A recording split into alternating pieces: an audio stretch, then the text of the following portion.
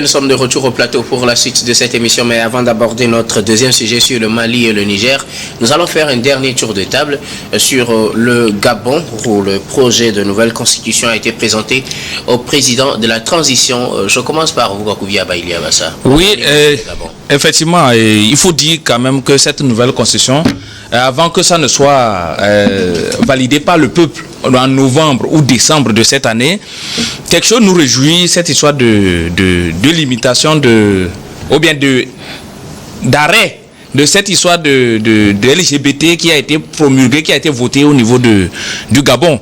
Donc aussi, il faut dire que cette histoire d'ériger ces autorités en euro national me pose un problème. Cela veut dire qu'on est en train d'encourager les coups d'État.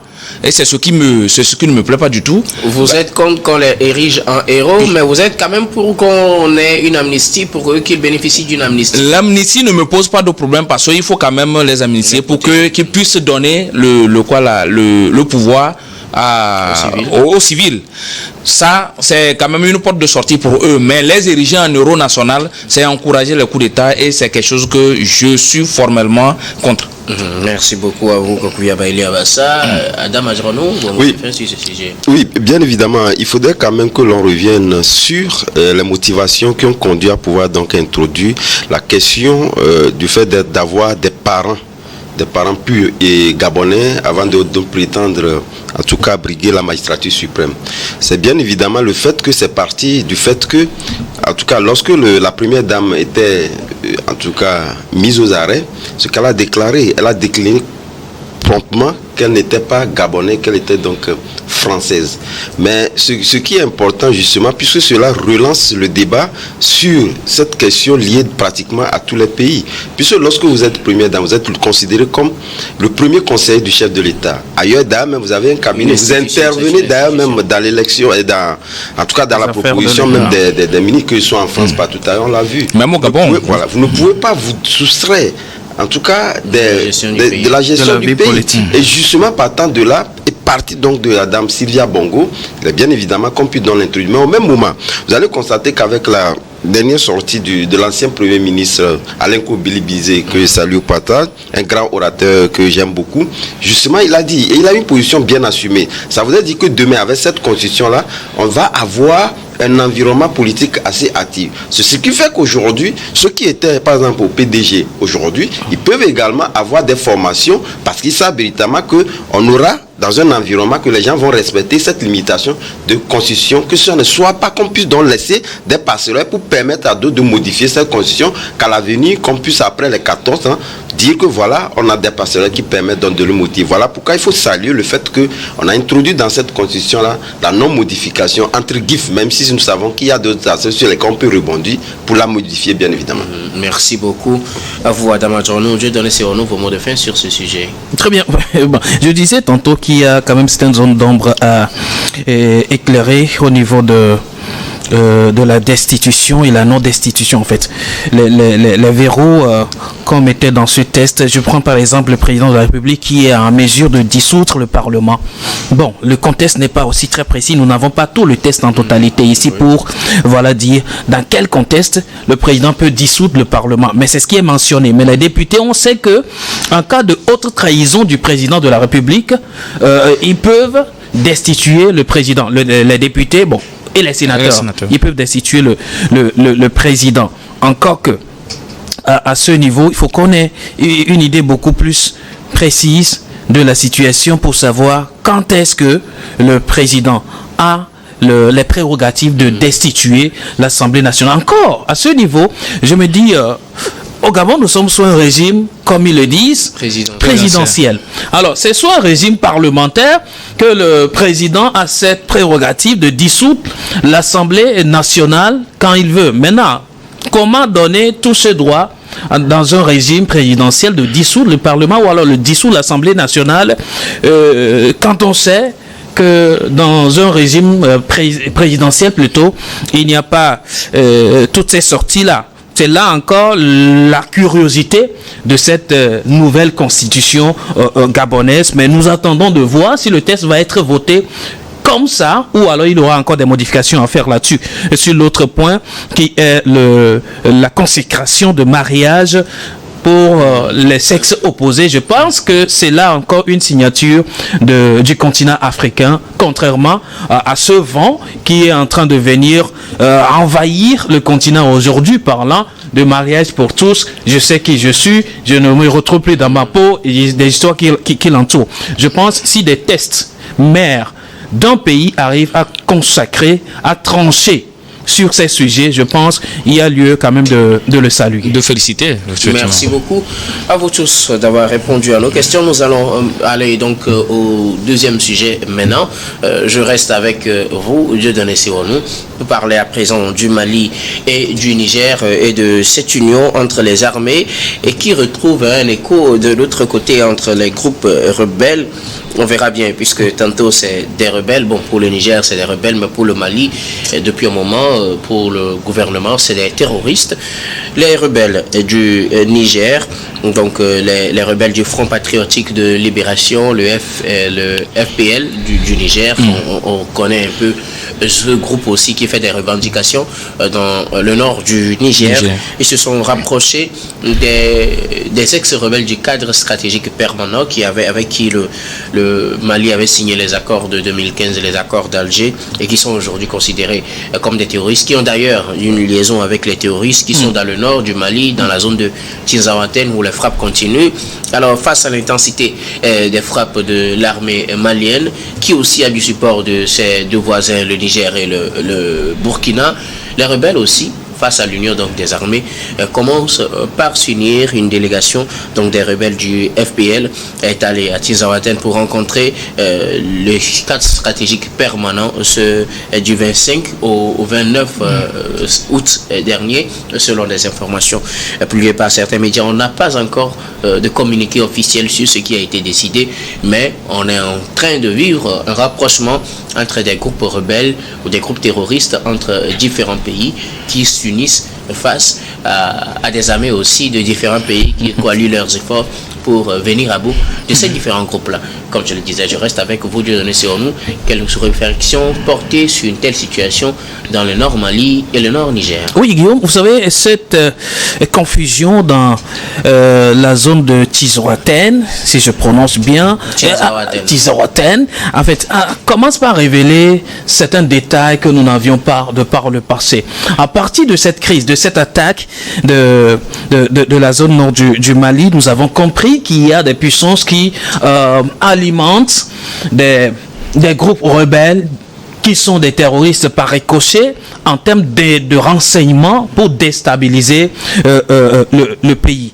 Alors, à partir de cette crise, également, nous sommes en train de découvrir que des rebelles, ou alors ceux qui sont contre l'armée régulière, entre guillemets pour l'instant, l'armée, la FAMA est l'armée régulière au Mali. Pour l'instant, depuis toujours, la FAMA constitue l'armée régulière. Oui, de toutes les façons, je veux prendre des gens dans leur contexte. Okay.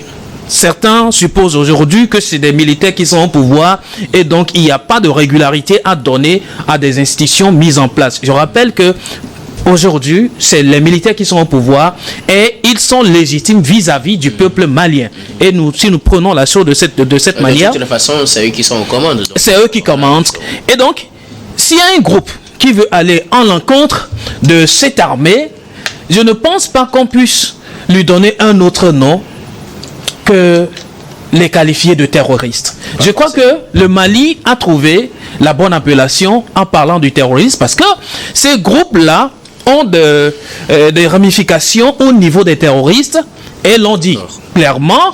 Et aussi, de par les dernières déclarations, nous avons compris qu'il y a quand même des liens qui sont tissés entre ces groupes et les terroristes que nous connaissons.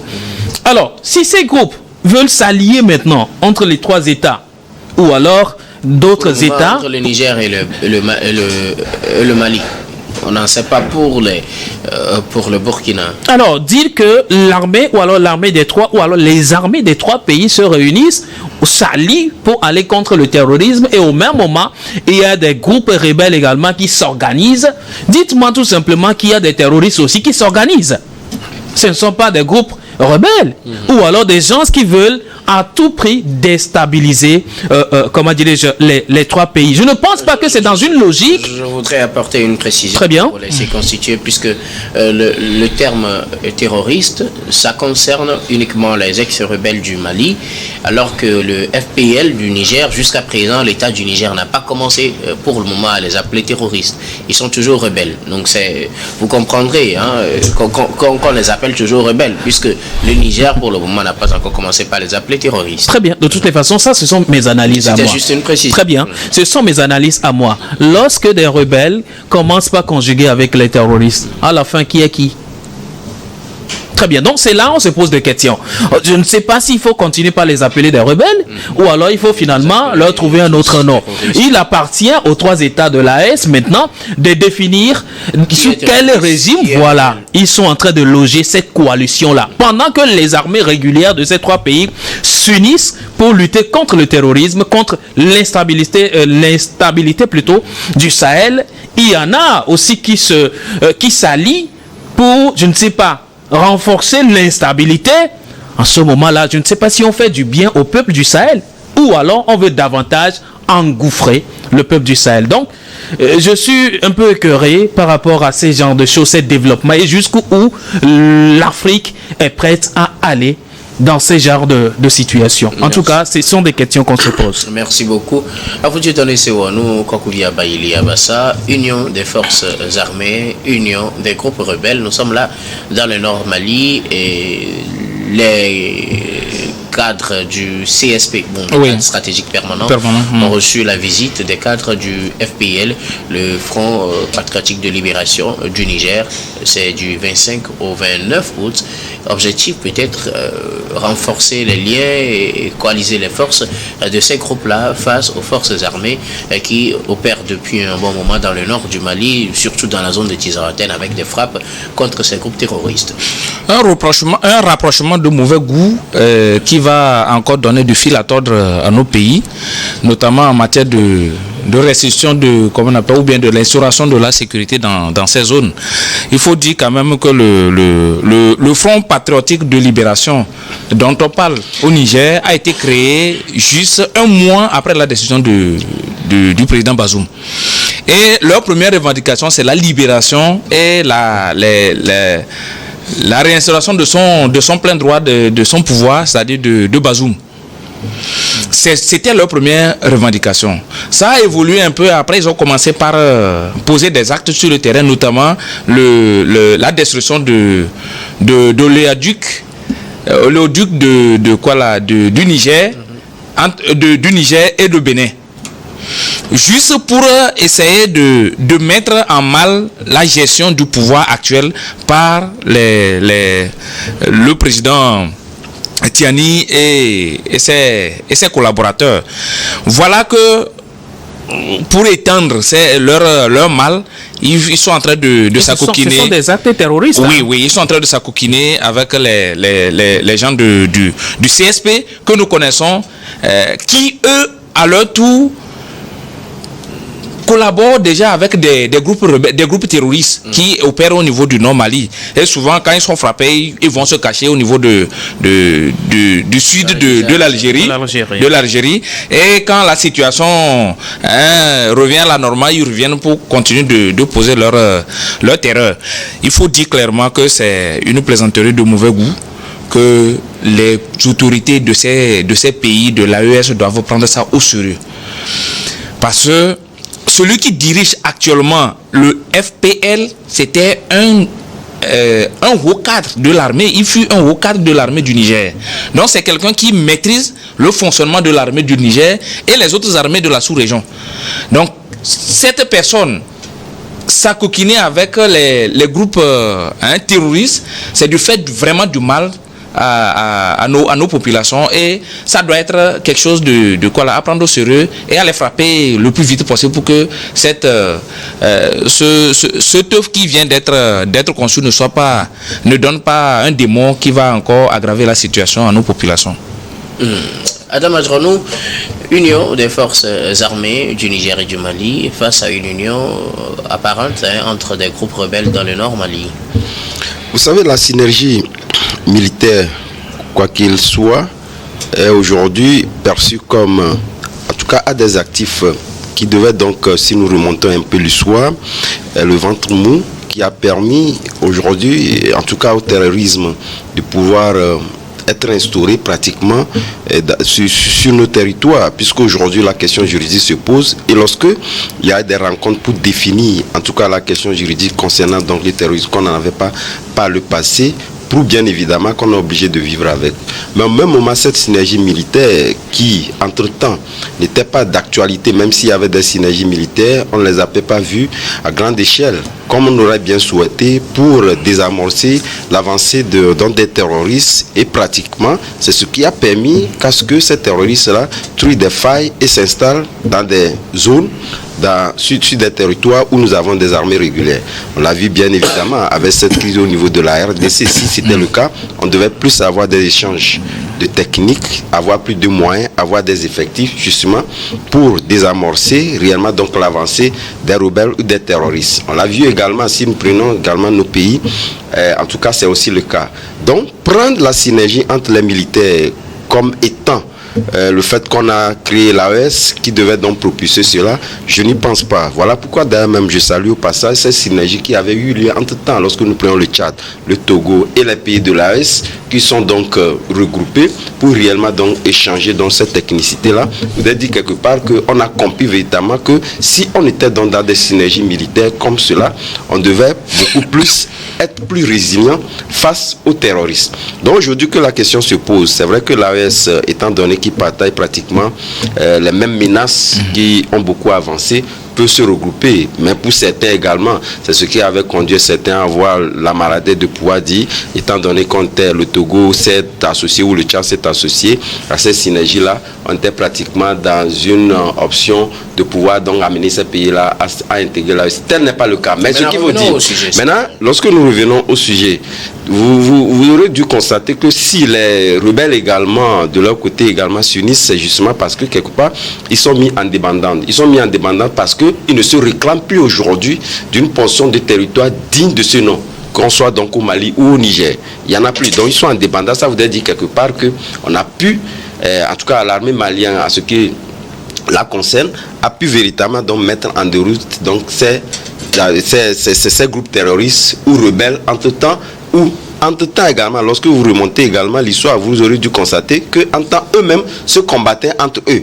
Parce qu'il y avait des mésententes liées également à des actifs qui se réclamaient. Aujourd'hui, qui sont en débandade, ils sont obligés donc de s'unir pour une même cause. Justement donc de réclamer des portions qui leur permettent évidemment donc de faire davantage de menaces. Donc, en tout cas, c'est cette synergie entre les rebelles, je pense que c'était une prédisposition que l'on pouvait donc anticiper, compte tenu du fait qu'ils ont aujourd'hui des soutiens qui sont véritablement donc réclamés comme tels. On parle du soutien apporté aux rebelles au nord du Mali. Ça voudrait dire quelque part qu'ils soient en expertise, qu'ils soient en renseignement, qu'ils soient aussi en moyens techniques. Aujourd'hui, ces rebelles-là peuvent véritablement donc avoir des moyens, mais également vous allez constater que les politiques de nos États ont permis à ce que ces groupes terroristes, même si nous n'avons pas des éléments d'appréciation pour dire qu'ils ont des difficultés à pouvoir donc recruter, de toute évidence, ils ont besoin des effectifs pour continuer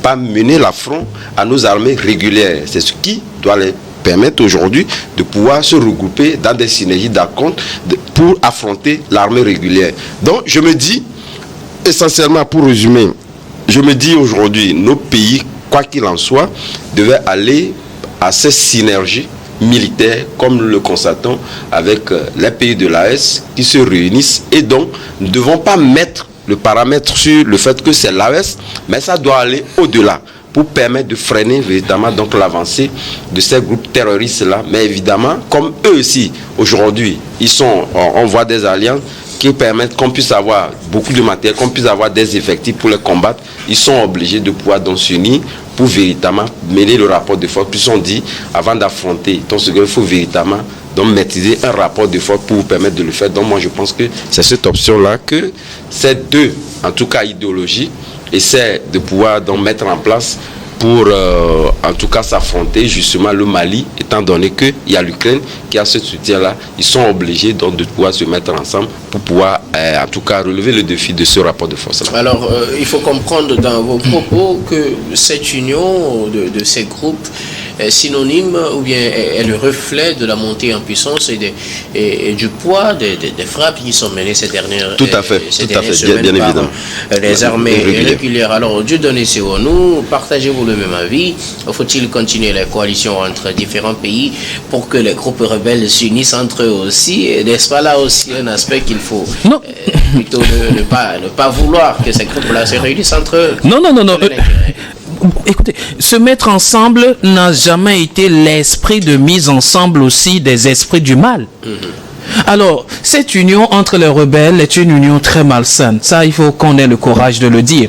Ce n'est pas parce que les pays se mettent ensemble pour combattre le mal que les auteurs du mal aussi vont se mettre ensemble pour combattre ce qui est normal. Et je suis désolé de savoir que ce sont des Africains eux-mêmes aussi qui se réclament rebelles contre des États. Alors, si les trois pays s'unissent, c'est pour aller combattre quoi? On parle premièrement du terrorisme. Maintenant, les rebelles s'unissent pour combattre quoi? Voilà la réelle question. Les rebelles s'unissent pour combattre les armées régulières. Bon, les armées régulières, est-ce que ça sonne? Par ricochet, ils sont des faussaires. Alors, je me dis, il y a lieu, si ces gens-là, si ces rebelles-là n'ont pas un soutien, comment auraient-ils ce pouvoir ou alors ce cran-là de se mettre ensemble pour combattre ce qui est déjà régulier, ce qui est républicain, ce qui est légitime? Alors, celui qui combat la légitimité est quoi? Il tombe sous le coup de la loi. Il y a lieu maintenant que les pays se mettent ensemble pour encore constituer une armée forte pour, je dirais, écraser des esprits malins qui vont se mettre ensemble pour faire du mal aux populations civiles. Parce qu'il n'en est rien pour la sécurité des États. Si les rebelles se réclament d'une position, je ne pense pas que c'est pour la sécurité des États. Non, il n'y a pas un autre enfranchissement qui va venir des forces du mal. Pour l'instant, il faut corriger ce qui est en train d'être fait dans les trois pays du Sahel au lieu de venir davantage cribler et semer du désordre. Oui, et il faut dire que pour répondre à une des préoccupations de M. Adam, disant que ce rapprochement a un objectif bien précis qu'on pouvait normalement anticiper. On ne pouvait pas anticiper l'association de ces deux groupes. Pourquoi? Parce que le Front patriotique de libération avait un objectif bien précis qui est la libération. De Mohamed Bazoum. Ça a été créé, ce Front patriotique a été créé juste un mois après l'arrestation de M. Bazoum. Donc leur objectif, c'était la libération de M. Bazoum. Ça, c'est le premier point. Le deuxième point, ils disent qu'ils veulent fatiguer un peu M. Tiani et son groupe. C'est pour cela qu'ils ont sauté le Léaduc qui lie le Niger au Bénin. Donc, une histoire de frapper un peu l'économie en fait, mettre la pression. Et tout ça là, c'est juste pour la libération de M. Bazoum. Maintenant, il est difficile de faire le lien entre eux et les terroristes de l'autre côté. Parce qu'il faut dire que le cadre stratégique et permanent qui est au niveau du Mali n'a plus de territoire à revendiquer. Puisque quand même, ça dit que cette histoire, d'abord l'accord d'Alger est devenu caduque, ils sont en débandade et en plus, ils avaient fait des acquaintances avec des groupes terroristes qui tuent des gens dans la localité, donc cela veut dire qu'ils sont complices de ces exactions. Ils ont été frappés tout récemment par l'armée malienne au niveau de Tizawaten et c'est sur ce lieu que les deux se retrouvent pour dire qu'ils veulent créer une coalition. Quelle coalition? Pour faire quoi? À qui? Et en plus, ils disent que cette coalition, c'est de permettre de venir en appui à l'un s'il est touché. Cela veut dire que si le FPL est attaqué demain au niveau du Niger, le CSP du Mali lui viendra en appui. Et si le CSP est touché, le FPL viendra en appui au CSP. Au Mali. Mais au Mali, ça c'est grave. Quelle comédie macabre. C'est une, comment on appelle ça, dire que ce sont des forces du mal qui sont créées d'une façon, comment on appelle, contre l'État qui se disent qu'ils font la mutualisation de leurs efforts pour combattre leurs propres États. C'est très dangereux et il faudrait quand même aller très vite pour anéantir, comment on appelle ces deux groupes-là, pour que nos États retrouvent rapidement la paix. Merci beaucoup, Adam. Oui, bien évidemment. Vous savez, quelque part, moi, je pense que là où ça devient une salade russe, c'est justement le fait qu'on voit rebelles et terroristes se mettre ensemble.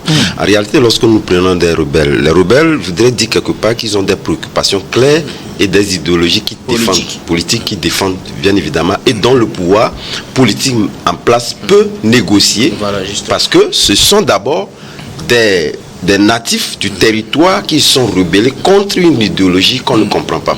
Mais les terroristes, jusqu'ici, il est très difficile de pouvoir donc identifier les préoccupations. C'est en cela d'ailleurs même, il y a ce distinguo-là. Voilà pourquoi d'ailleurs même je parlais dans l'arsenal juridique qui ne reconnaît pas. En tout cas, la question se pose. Sur quel arsenal juridique aujourd'hui peut-on juger un terroriste? Voilà pourquoi, là où ça s'imbrique, les deux s'imbriquent, ça veut dire quelque part qu'il y a des rebelles quelque part qui sont trouvés un peu en fragilité et veulent évidemment les terroristes comme appui pour mener leur affront. Mais est-ce que c'est le cas?